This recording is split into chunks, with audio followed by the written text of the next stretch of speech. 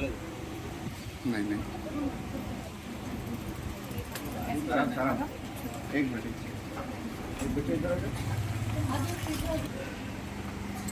इधर देखो लड़की लो बगल में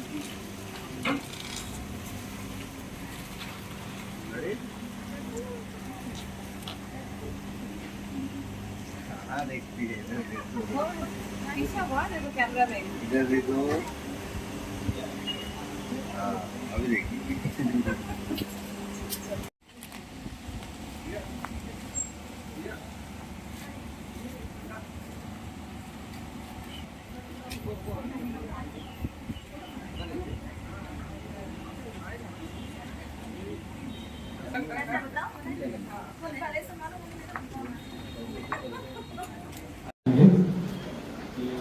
भाई सुमन किशोर के परिवार से या उसके जो भी गार्जियन है आज क्रिस्त प्रेमधारी किंडो आज आपके परिवार की बहू बनना चाहते हैं या बहू बनने जा रही है, तो आप लोग पूरे परिवार आज इसी प्रकार प्रेमधारी किंडो के परिवार के आज भाई या क्रिस्त सुमन किशोर आज आपके परिवार के जमाई या दामाद बनना चाह रहे हैं। तो इस भाई को आज आप परिवार होकर ग्रहण करना चाहते हैं कि नहीं? अगर कुछ अभी भी कुछ कमी घटी है या कुछ भी बात है तो इस समय रखी जाए।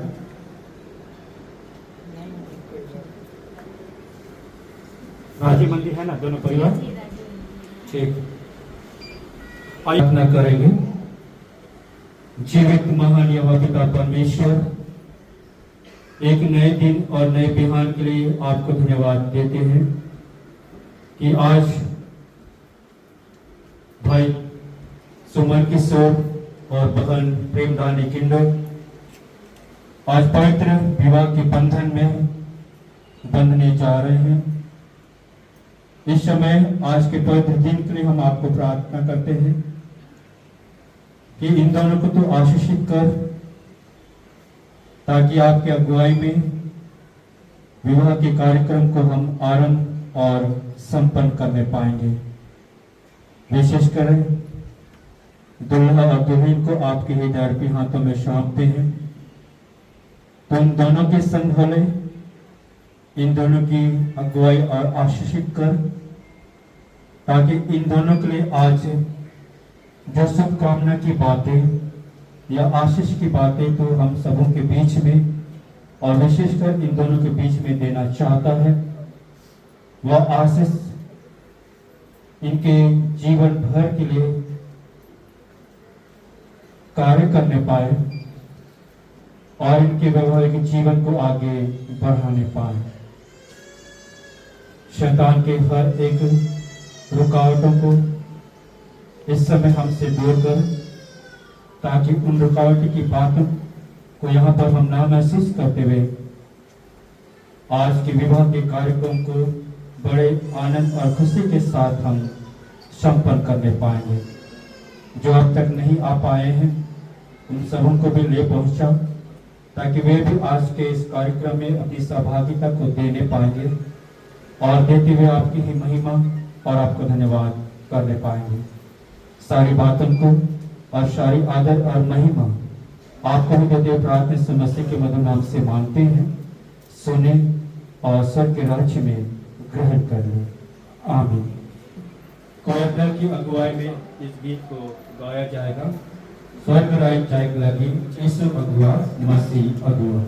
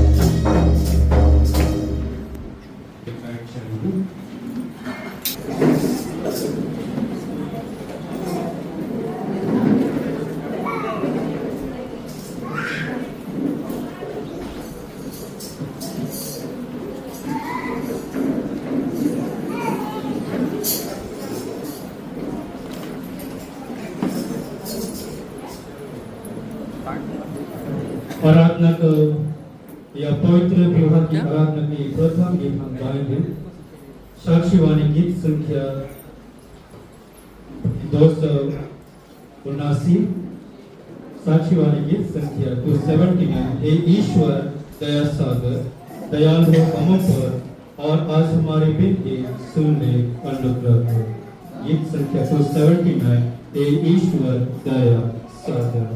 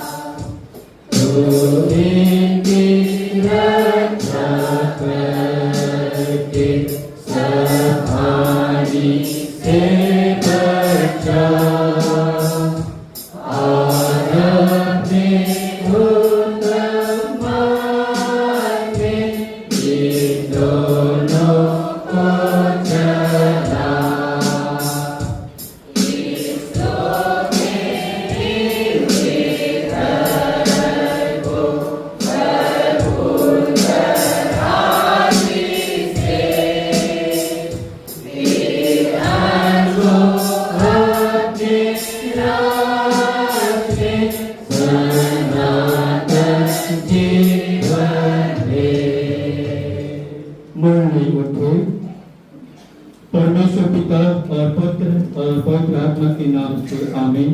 हमारी सहायता ईश्वर के नाम से है जिसने स्वर्ग और पृथ्वी को सृजा। स्तुति होए पिता को और पुत्र और पवित्र आत्मा को, जैसा हुआ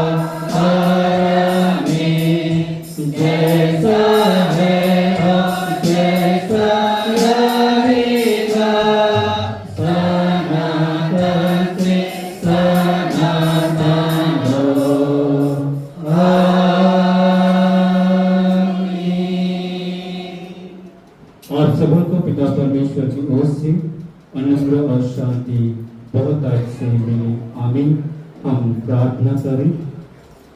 हे जीवित महान युवा पिता परमेश्वर, एक नए दिन और एक नए समय के लिए आपको धन्यवाद देते हैं कि तुमने बीते समय में हमारे के संग हो लिया, हमारी रक्षा रखवाली किया और हम प्रत्येक के जीवन में एक नए दिन को जोड़ा है और हमारे जीवन को और एक दिन बढ़ाया है।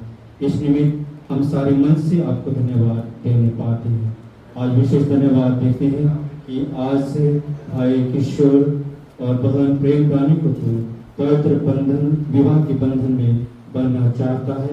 प्यारे प्रभु तो दोनों के संबोल दोनों को आशीषित कर इनके वैवाहिक जीवन के लिए जो भी वचन आज इन दोनों के लिए चुना गया है या रखा गया है आशीष के रूप में या शिक्षा के रूप में उस वचन पर चलने के लिए उन शिक्षा को अपने जीवन में जोड़ने के लिए तो उनकी अगुवाई कर सहायता कर ताकि यह वचन इनके वैवाहिक जीवन में आशीष का कारण बनने पाए इस वचन को अमल करने पाए इस वचन का अनुसार चलने का प्रयास करने पाए ताकि इनका वैवाहिक जीवन कुशल आनंद और खुश के साथ बीतने पाए प्यारे प्रभु तो इन दोनों के संबल की रक्षा वाले कर जो अब तक नहीं पहुंच पाए उन सबों को भी ले पहुंचा ताकि वे भी यहाँ पर पहुंच कर आज के शिक्षा की बातों को या आज के वचन को अपने जीवन के साथ जोड़ पाएंगे सारी बातों को और सारी आदत महिमा आपको ही देते प्रार्थना से मसीह के मधुर नाम से मांगते हैं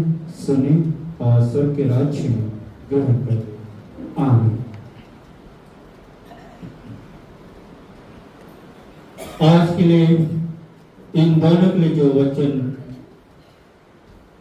चुना गया है वो हमें मिलता है इफिसियों के नाम पौलुस प्रेरित की पत्री अध्याय संख्या 5 और पद संख्या 22 से लेकर आगे 27 में पद है।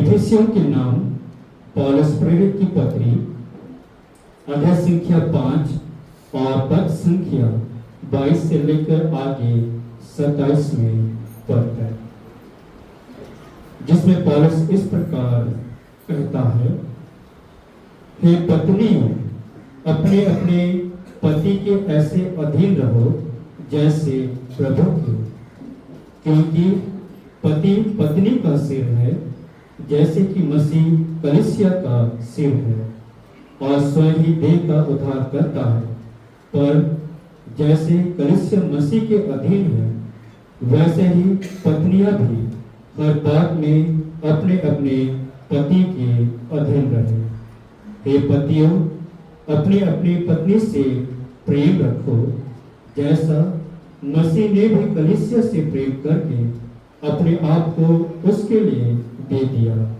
कि उसको वचन के द्वारा जल के स्नान से शुद्ध करके पवित्र बनाए और उसके एक ऐसे तेजस्वी कलीसिया बनाकर अपने पास खड़ी करें जिसमें न कलंक न चोरी न कोई और कोई ऐसी वस्तु हो वरन पवित्र और निर्दोष हो यहाँ तक मंडली बैठो।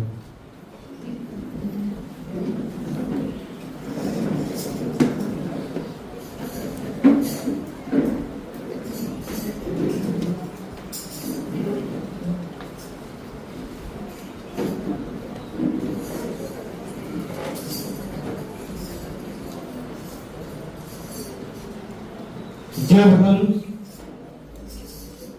कोई परिवार बनाते हैं या परिवार का निर्माण करने जाते हैं तो परिवार बनाने के लिए एक पुरुष और एक स्त्री का होना आवश्यक है और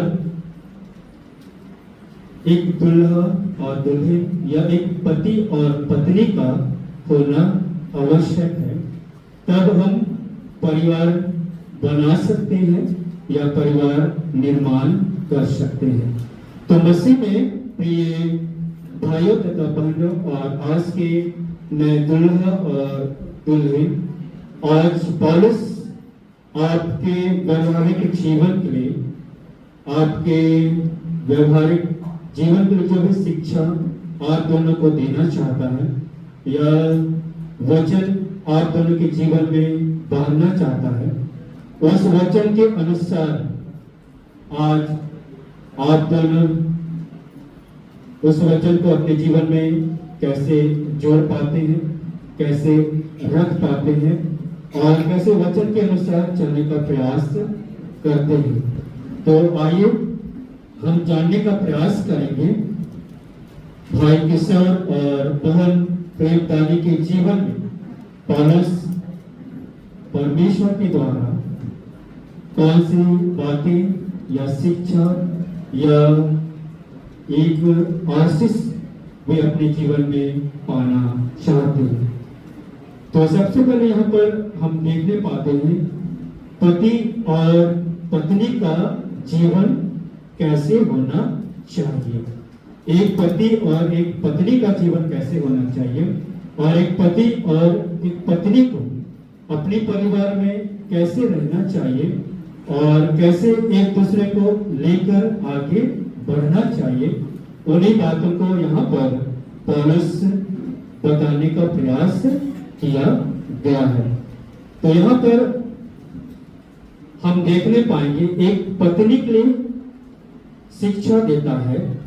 ये केवल प्रेम कहानी के लिए नहीं, बल्कि हम सभी यहाँ पर जो वैवाहिक जीवन को व्यतीत करते हैं उन सभी पत्नियों के लिए यहाँ पर कहा गया है, हे पत्नियों, अपने अपने पति के ऐसे अधीन रहो जैसे प्रभु के।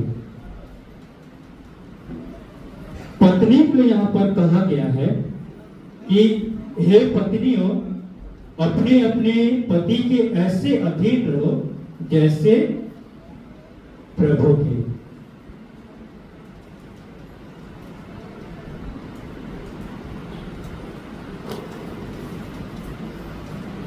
तो यहां पर एक पत्नी का जिम्मेदारी बनता है कि वह अपने पति के अधीन में कैसे रहती है या कैसे पति का साथ देती है और कैसे पति के साथ मिलकर चलने का प्रयास करती है। आज प्रेम कहानी जब किशोर की या सुमन की पत्नी बनेगी तो यहाँ पर उसके लिए वचन कहा गया है कि हे पत्नियों, अपने अपने पति के ऐसे अधीन रहो जैसे प्रभु के। तो यहाँ पर पति को हम आम भाषा में कहते हैं या व्यवहारिक भाषा में कहते हैं, पति क्या होता है? प्रेम कहानी क्या होता है? पति परमेश्वर होता है ना। तो यहाँ पर इसलिए कहा गया है, हे पत्नियों, अपने अपने पति के ऐसे अधीन रहो जैसे हम प्रभु के अधीन में रहते हैं। आज जब आप पवित्र विवाह के बंधन में बंधेगी या आज जब आपका विवाह हो जाएगा तो आपको किसके अधीन में रहना है? किसके? अपने पति के ना। आज से आप अपने पति के अधीन में रहिए। अर्थात जो भी किशोर आपको बोलेंगे या कहेंगे उस बात को आपको क्या करना है? सुनना है या मानना है। जब आप अपने पति के अधीन में रहिएगा या आप अपने पति के साथ चलिएगा ताल मिलाकर, तो आपका वैवाहिक जीवन बड़ा आनंद और खुशी के साथ रह पाएगा। अगर आप पति के अधीन पर नहीं रह पाइएगा या पति के विरुद्ध में आप जाइएगा तो आपके जीवन में दुख, परेशानी और कष्ट हमेशा जुड़ते चले जाएगा। इसलिए यहाँ पर कहा गया है, हे पत्नियों, अपने अपने पति के ऐसे अधीन रहो जैसे प्रभु के, क्योंकि पति पत्नी का सिर है जैसे कि मसीह कलीसिया का सिर है।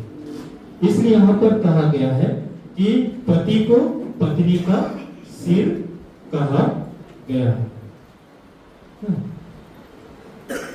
प्रेम कहानी, आपका सिर कौन है?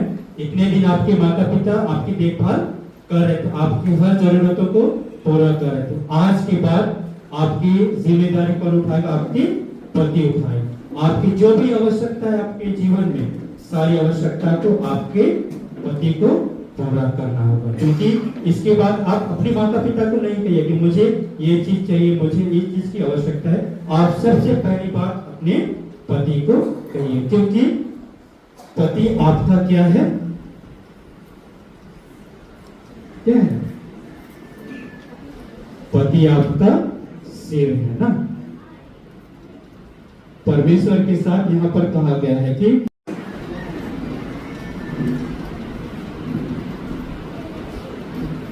क्योंकि पति पत्नी का सिर है, जैसे कि मसीह कलीसिया का सिर है।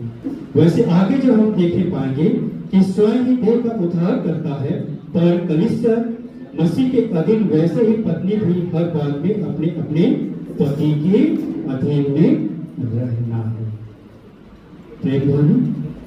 ना, अपने पति के अधीन में हमेशा।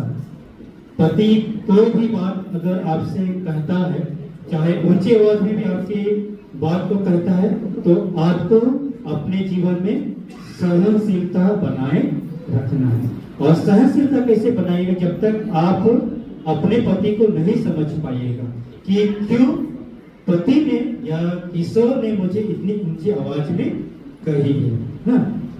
अपने आपको भी देखना है, किसी कारण वह मुझे ऊंची आवाज में या गाली गलौज किया है। तो यहाँ पर दोनों की समझदारी बनती है कि एक पति और पत्नी जब अपने परिवार को चलाते हैं या आगे बढ़ाने का प्रयास करते हैं, तो सबसे पहले एक दूसरे को समझना आवश्यक है। जब पति अपनी पत्नी को नहीं समझ पाएगा और पत्नी अपने पति को नहीं समझ पाएगा, तो आप अपने वैवाहिक जीवन को जैसे आप चलाना चाहते हैं खुशी और आनंद के साथ, वैसे चला नहीं पाएगा।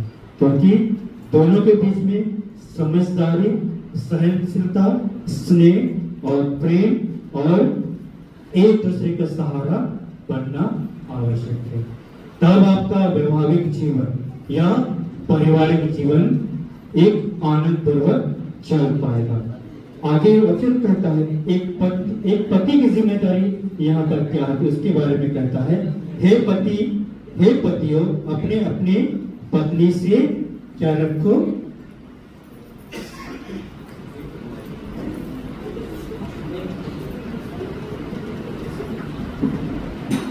हे पतियों, अपने अपने पत्नी से क्या रखो, प्रेम रखो। तो आज से सुमन का जिम्मेदारी बनता है कि आप प्रेम रानी से कैसे प्रेम करते हैं। जब आप दोनों के नाम को जब हम देखेंगे, सुमन और प्रेम दानी ना, सुमन का अर्थ क्या होता है, फूल ना, और प्रेम दानी का अर्थ क्या होता है, प्रेम का धनी ना। तो ये जो फूल आपके बीच में रखा गया है, प्रेम धानी, उस फूल को आप अपने जीवन में कैसे प्रेम करते हैं ना, कैसे अपने जीवन में रखते हुए आपकी जिम्मेदारी है। जब आपको सुमन को अर्थात उस फूल को आप संभालिएगा, तो यहाँ से जो फूल से आपके जीवन में क्या उत्पन्न होगा, प्रेम प्रकट होगा। और जब इस फूल को आप मुरझाने दीजिएगा, तो आप प्रेम भी आपके जीवन में क्या होगा, धीरे धीरे कम होगा। इसलिए आप दोनों का जो नाम का अर्थ है और जो परमेश्वर की अगुवाई और आशीष, आप आज दोनों को एक प्रेम और फूल के साथ जोड़ने का प्रयास करता है। आपको प्रेम बनाना है और आपको इस फूल को मुरझाने नहीं देना है। जब आप इस फूल को मुरझाने दीजिएगा, तो यहाँ पर कहा गया है, हे पतियों, अपनी अपनी पत्नी से क्या करो, प्रेम रखो। जब ये फूल मुरझा जाएगा, अर्थात सुमन उस प्रेम से वंचित हो जाएगा, तो आपके जीवन में भी प्रेम का क्या होगा, क्या होगा, कमी होगा ना। क्योंकि सुमन अपने आप कहेगा कि मेरी पत्नी मुझसे प्रेम करती है या नहीं।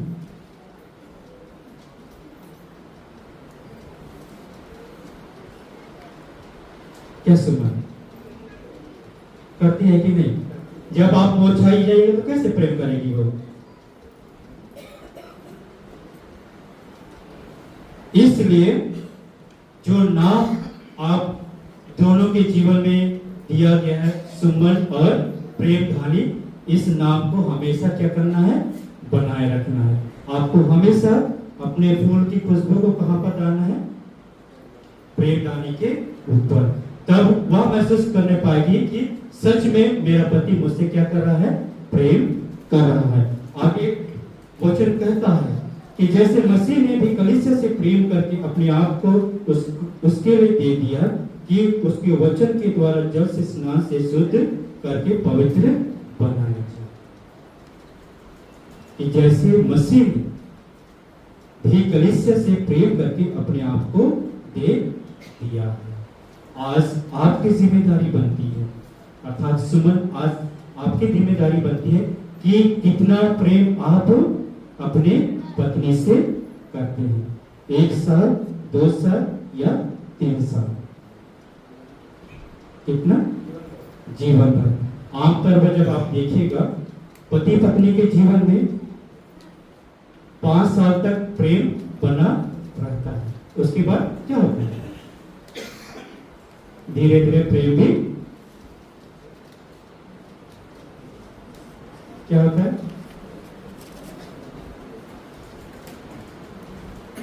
कम होता है कि नहीं? पति पत्नी यहाँ पर बैठे हैं जो वैवाहिक जीवन को व्यतीत कर रहे हैं। क्या आप अपने वैवाहिक जीवन में देखिएगा 5 साल आप नए दुल्हा दुल्हन के रूप में अपने आप को देखने पाते हैं, लेकिन जैसे 6वें 7वें साल में आते हैं आपके जीवन में प्रेम की कमी होने लगती है।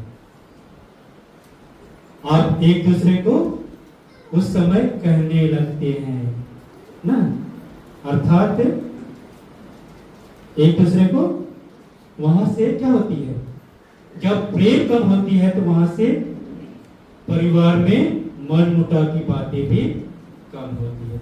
इसलिए जब आज आप यहाँ पर कहें कि जीवन भर हम अपने प्रेम को बनाए रखेंगे, उस बात पर आपको क्या करना है? अटल रहना। तब आपके परिवार में न लड़ाई होगा न झगड़ा होगा।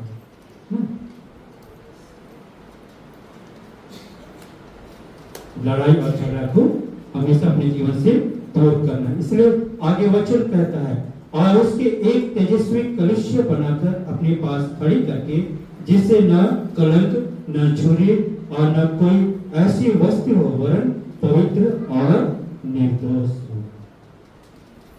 जब आपके जीवन में प्रेम कम होगा तो आप लोगों से अपने पति या पत्नी के विषय में कहने लगेंगे कि मेरी पत्नी मुझसे प्रेम नहीं करती या मेरे पति मुझसे प्रेम नहीं करते ना, क्योंकि इसलिए कहने लगते हैं क्योंकि आप समझदारी के साथ अपने जीवन को आगे नहीं बढ़ा पा रहे, ना आपके प्रेमियों के जीवन में या आपके पारिवारिक जीवन में वह प्रेम नहीं रह गए। इसलिए आप आगे जब बाहर निकलते हैं अपने परिवार के विषय में कहते हैं कि मेरा परिवार ऐसे है या हमारे परिवार ऐसे चलता है, तो वहां पर जो बात आप लोगों से कहते हैं या लोगों को सुनाते हैं अपनी बातों को, तो वहां उनकी मानसिकता अलग हो जाती है। इनके परिवार में इनकी पत्नी आने से क्या हो गया, पूरा परिवार बिखर गया है या पूरा परिवार बदल गया है। तो आज प्रेमदानी जब आप एक नए परिवार में एक नए लोगों के साथ एक नई जगह में जाएंगे तो वहां पर हर तरह के लोग आपके जीवन में जुड़ेंगे। आपके सास होंगे, आपके ननद होंगे या देवर होंगे, कुछ भी होंगे। तो आज से आपकी जिम्मेदारी बनती है कि आप अपनी सास को कैसे देखेंगे, अपने परिवार को कैसे चलाइएगा, कैसे आप अपने सास से प्रेम रखिएगा और कैसे परिवार के हर एक सदस्य को एक साथ लेके चलिएगा। ये आपके ऊपर निर्भर करता है, क्योंकि वचन बताती है या वचन कहती है कि एक स्त्री परिवार को बनाती भी है और परिवार को क्या करती है,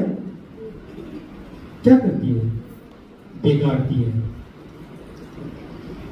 ये बाइबल वचन कहता है कि एक स्त्री परिवार को बना भी सकती है और परिवार को बिगाड़ भी सकती है। इसलिए आज जो वचन आपके जीवन के लिए दिया गया है या आप दोनों के जीवन के लिए वचन दिया गया है, उस वचन में या उस जीवन में न कलंक होना चाहिए, न झोरी होना चाहिए और न ऐसी वस्तु या ऐसी बात आपके जीवन में जुड़ना चाहिए जो आपके पारिवारिक जीवन को अलग कर दे। प्रेमदानी,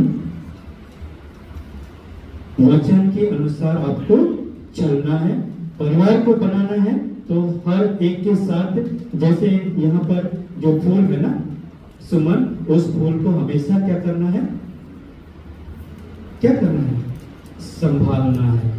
और फूल के साथ जो भी पत्तियां या जो डालियां आती हैं पेड़ में ना या पौधे में, वे परिवार के क्या होते हैं, सदस्य होते हैं। उस डालियों को या उस पत्तियों को भी आपको क्या करना है, हमेशा देखभाल करना है। अगर उसकी देखभाल आप नहीं कर पाइएगा तो पत्ती क्या होता है, सूखने के बाद पेड़ से अलग होता है। वैसे आपके पारिवारिक जीवन भी होगा। जब आप परिवार इस पेड़ की डालियों को जब आप नहीं संभाल पाएगा तो आपका परिवार क्या होगा, बिखरेगा आपके कारण ना। इसलिए वचन के साथ पति के अधीन में अपने सास या जो भी आपके परिवार में रहेंगे, हर एक का आदर और सम्मान आपको करना है। तब आप एक पारिवारिक जीवन को अच्छी तरह से बिताने पाएंगे, चलाने पाएंगे। और जो आशीष परमेश्वर आपके वैवाहिक जीवन में देना चाहता है, उस आशीष को आप अपने जीवन में ग्रहण करने पाएंगे। परमेश्वर इस वचन के द्वारा आप दोनों को बहुत तरह की आशीष प्रदान करें। आमीन। हम प्रार्थना करें। हे जीवित महान यहोवा पिता परमेश्वर, हम फिर से आपको धन्यवाद देते हैं वचन की संगति में कि तूने हमें अगुवाई और सहायता किया कि हम वचन की संगति में जान पाए, वैवाहिक जीवन के विषय में समझने पाए। विशेषकर इन नए दुल्हा और दुल्हन को आपके दया हाथों में सौंपते हैं कि जो वचन तूने आज इनके जीवन में बोया है, वह वचन इनके जीवन में फलवंत होने पाए, अधिक सिद्ध होने पाए और इस वचन के अनुसार ये अपने जीवन में आशीष कर पाए। प्यारे प्रभु, तो इन्हें अगुवाई कर, सहायता कर, इनका जीवन का तो ही मध्यस्थ हो, ताकि ये आपकी मध्यस्थता में अपने पारिवारिक जीवन को एक दूसरे का सहारा बन के, एक दूसरे को समझते हुए अपने पारिवारिक जीवन को साथ साथ चलाने पाएंगे या बिताने पाएंगे। सारी बातों को और सारी आदत और महिमा आपको ही देते प्रार्थना मसीह के मधुर नाम से मांगते हैं, सुने और स्वर्ग के राज्य में ग्रहण करें। आमीन। और ईश्वर की शांति जो समझ ज्ञान से उर्ध्व है, प्रत्येक के मन और हृदय की रक्षा करें, अब से सदा रहे। आमीन।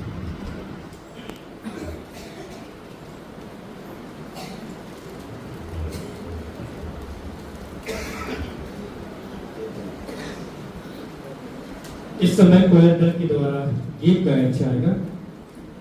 इसी गीत में हम लोग मुख्य दान भी अर्पण करेंगे।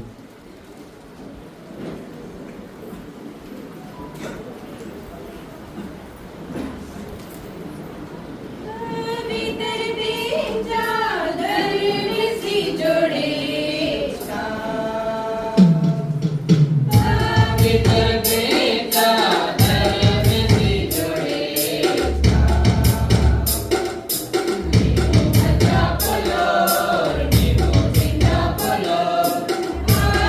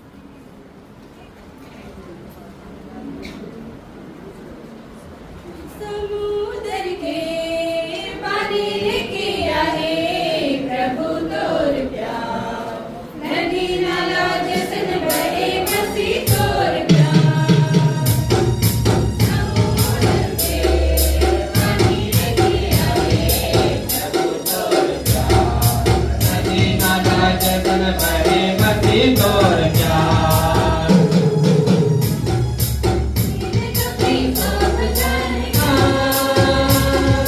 दुख तोरे दूर करिसला, दुनिया के सोच जीवा से प्यार तोरे खूब करिसला। तोर प्यार के ते सोना, तोर दुलर के ते बेसरे, तोर प्यार के ते सोना, तोर दुलर के ते बेसरे। समुद्र पानी में आनी लेके आवे प्रभु तोर प्यार। नदी नाला जतन बहे मति तोर प्यार। समुद्र पानी लेके आवे प्रभु तोर प्यार। नदी नाला जतन बहे मति तोर प्यार। आप दोनों खड़े हो जाएंगे।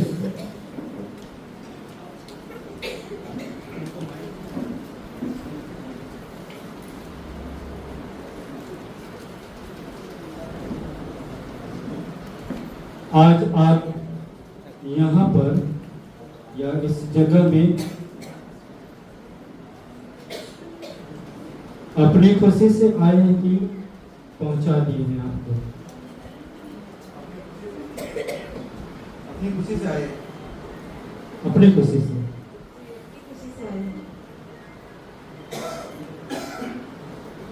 मतलब माता पिता खुशी नहीं है ना, सभी की खुशी से ना। तो आप दोनों खुश हैं?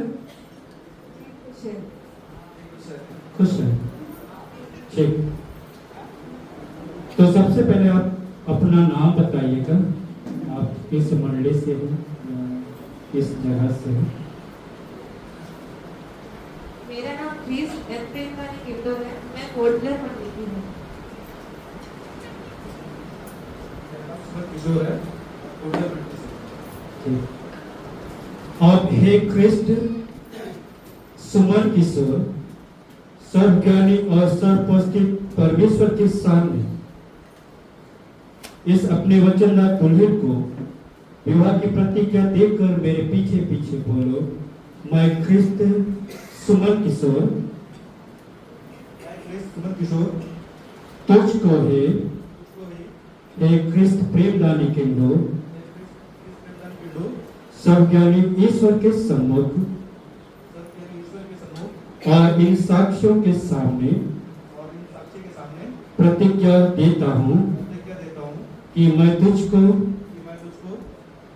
अपनी धर्म पत्नी करके कभी न त्यागूंगा, वरन मरने लो दुख और सुख में विश्वस्तता से प्यार करूंगा। इसमें ईश्वर मेरी सहायता करे। आमीन। अब हे ख्रिस्त प्रेमदानी किंडो सर्वज्ञानी और सर्वोपस्थित परमेश्वर के सामने इस अपने वचनदार दुल्हे को विवाह की प्रतिज्ञा देकर मेरे पीछे पीछे बोलो, मैं ख्रिस्त प्रेमदानी किंडो तुझको है एक कृष्ण सुमन किशोर यहाँ सर्वज्ञानी ईश्वर के सम्मुख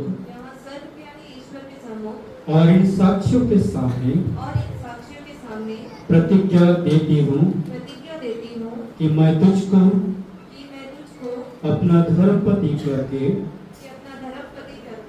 कभी ना त्यागूंगी, वरन मरने लो दुख और सुख में विश्वस्तता से प्यार करूंगी।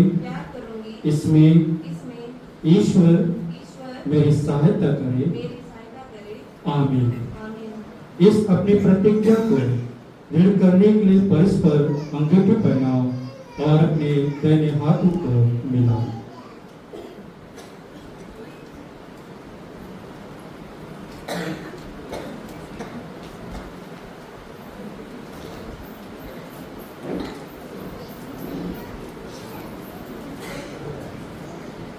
यह अंगूठी इन दोनों का विवाह का साक्षी के रूप में यहाँ पर रखा गया है।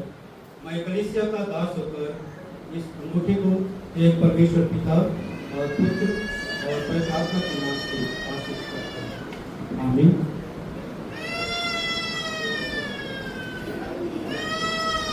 कैसे बनाएगा? इस माला को भी मैं प्रिय परमेश्वर पिता और पवित्र आत्मा के संस्कार करता हूँ।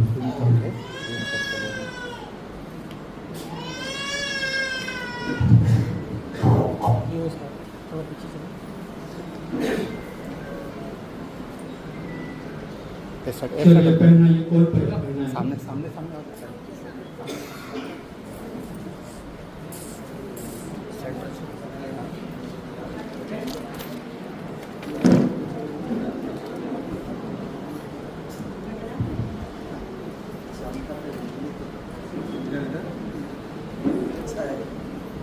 पूरी आशीष दुनिया में ईश्वर सा दिया है। पूरी आशीष दुनिया में ईश्वर सा दिया है। जोड़ते रे जीवन जोड़ी के विदाई दे अकोठी के।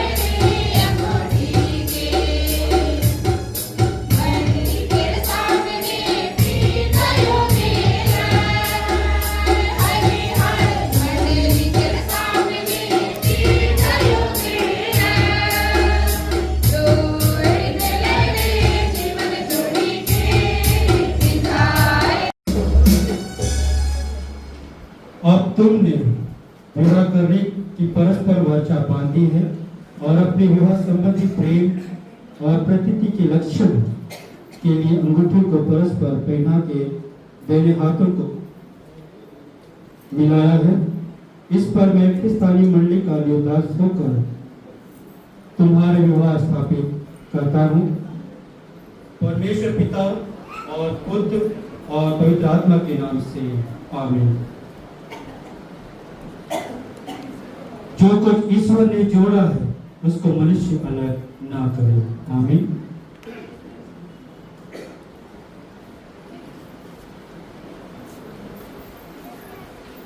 हम प्रार्थना करें।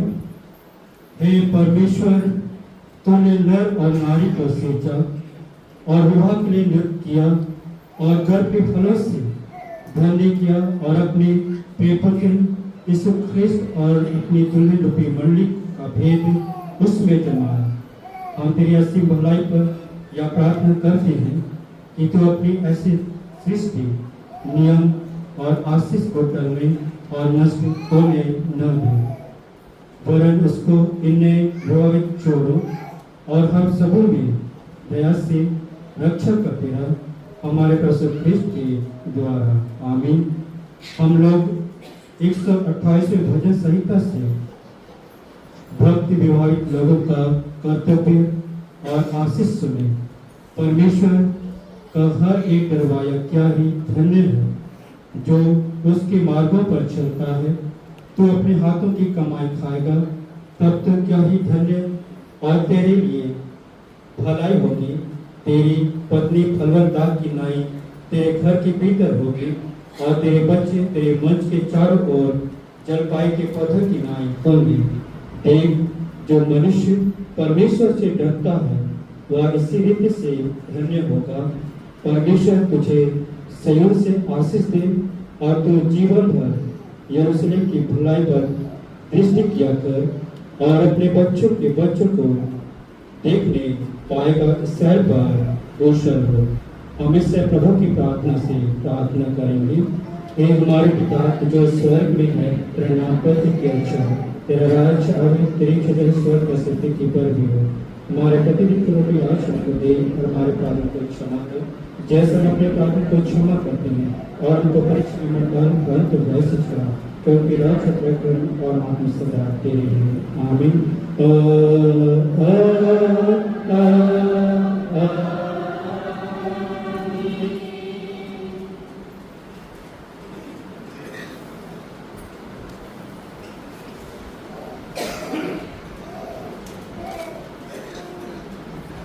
आप एक ईश्वर का आशीर्वाद आपके व्यवहारिक जीवन के लिए ग्रहण करें। परमेश्वर तुझे आशीष दे और तेरी रक्षा करे। परमेश्वर प्रभु का प्रकाश तुझ पर चमकावे, आपके पर अनुग्रह करे। परमेश्वर प्रभु का प्रकाश तुझ पर चमकावे और तुझे उत्सव दे। आमीन।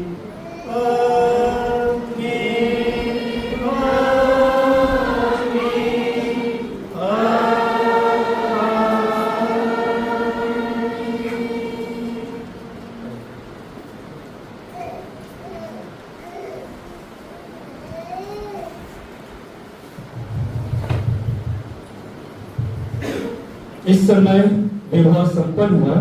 इस समय हम लोग कि आज हम आपके नाम से पवित्र विवाह के कार्यक्रम को आरंभ करने पाए हैं, और इस समय हम संपन्न करना चाहते हैं। आपकी असीम दया, कृपा और अनुग्रह हुई कि आज हम भाई किशोर और बहन प्रेमदानी के पवित्र विवाह को आपकी अगुवाई में हम संपन्न करने पाए हैं।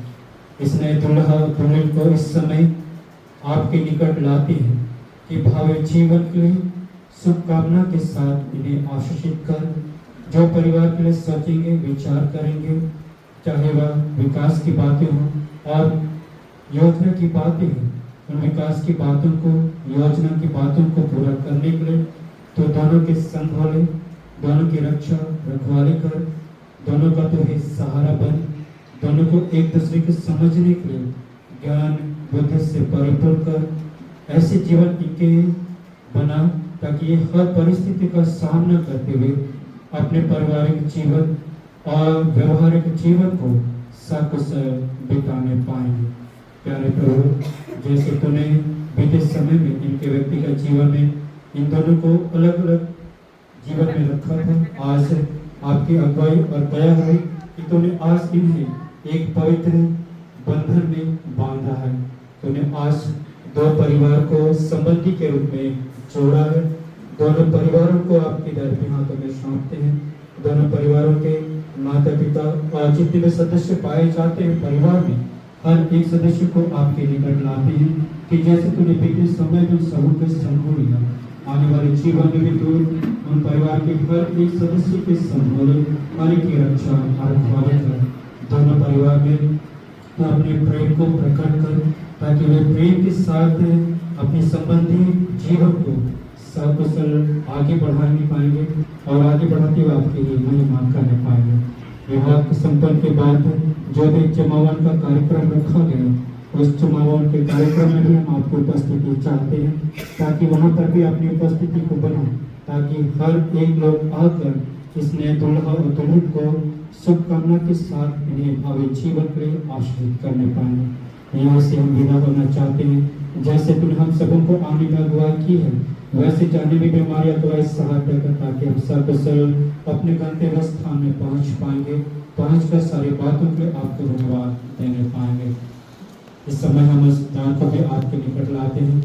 इस दान पर भी तो अपने आशीष को बना ताकि इस दान के द्वारा आपकी महिमा के कार्य को हम और अधिक बढ़ाने पाएंगे, वचन को सिखाने समझाने पाएंगे ताकि हर एक लोग वचन को अपने जीवन में शिक्षक के रूप में ग्रहण करते हुए अपने वैवाहिक जीवन को आगे बढ़ाने पाएंगे। दिन भर के जीवन में भी तो हम हर एक के संघोले हमारे रक्षा रखवाली कर हर प्रकार के संकट और विपद से हमारे बचाए रहे ताकि हम अपने जीवन को सुरक्षित देकर इस जीवन को आपको धन्यवाद देने पाएंगे। फिर से इस नए दुल्हा दुल्हन को आपके हाथ में सौंपते इन दोनों की संभल इन्हें आशीषित कर अब तक के जीवन में प्रत्येक जो भी पाप न किए हैं उसे पापों को क्षमा कर प्रार्थना यीशु मसीह के मधुर नाम से मांगते हैं, सुने और सबके राज्य में ग्रहण करिए। आमीन। हे हमारे पिता जो स्वर्ग में है, तेरा नाम पवित्र किया जाए, तेरा राज्य आए, तेरी इच्छा जो स्वर्ग में से पृथ्वी पर भी हो। हमारे प्रतिदिन की रोटी आज हमको दे और हमारे अपराधों को क्षमा जैसे हमने अपराधों को क्षमा करते हैं, और हमको परीक्षा में मत डाल परंतु बुराई से छुड़ा, क्योंकि राज्य बल और महिमा सदा तेरी है। आमीन।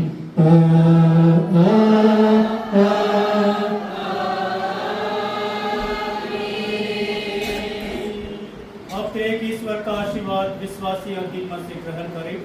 परमेश्वर तुझे आशीष दे और तेरी रक्षा करे। परमेश्वर का मुख प्रकाश तुझ पर चमकावे और तुझ पर अनुग्रह करे। परमेश्वर का मुख प्रकाश तुझ पर चमकावे और तुझे कुशल देवे। आमीन।